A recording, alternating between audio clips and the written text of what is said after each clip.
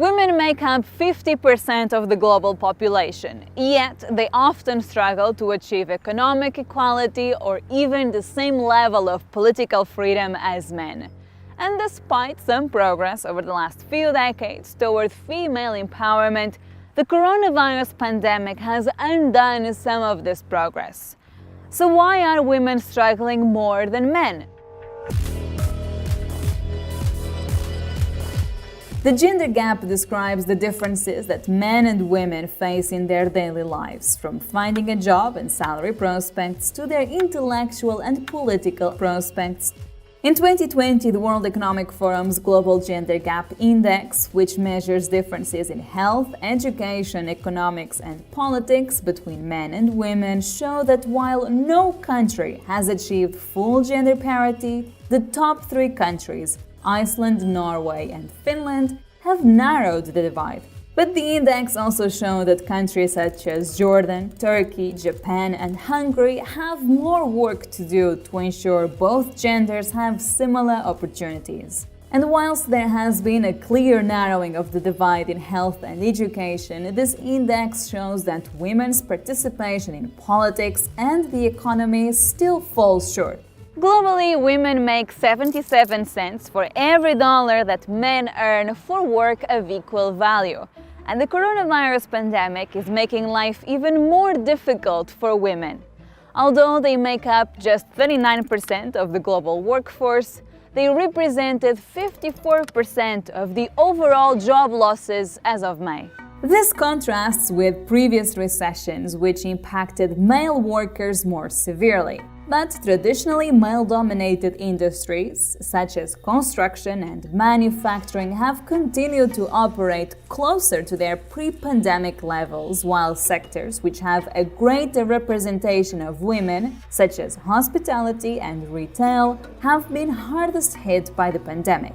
In the US, women make up 52% of the hospitality workforce, but accounted for 54% of job losses in the sector in April 2020. And despite accounting for only 48% of the retail workforce in the US, women made up 61% of job losses.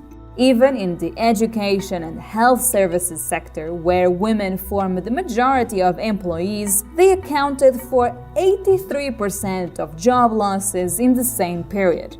At the same time, stay-at-home orders in many countries have meant that children were unable to go to school as usual.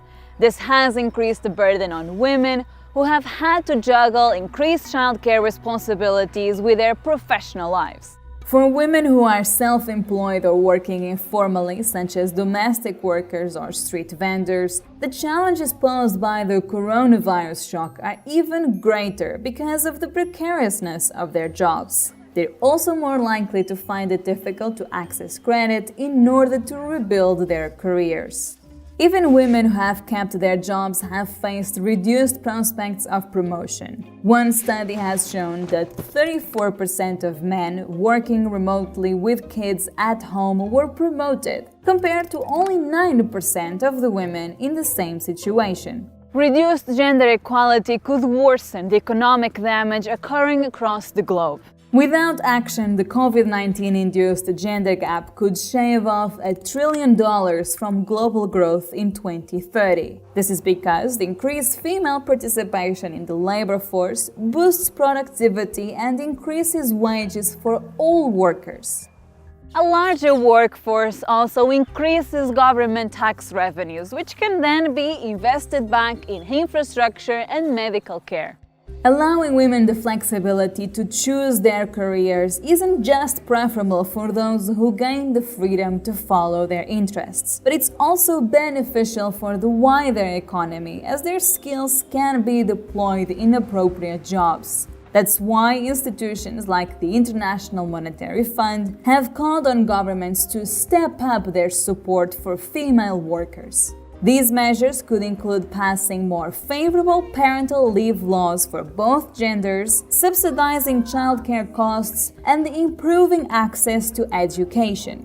The benefits of narrowing the gender gap reach everybody, not just women. Gender-diverse companies are more likely to outperform their peers, and more equal societies gain from higher economic and social development. In times of economic uncertainty, these advantages may be more valuable than ever.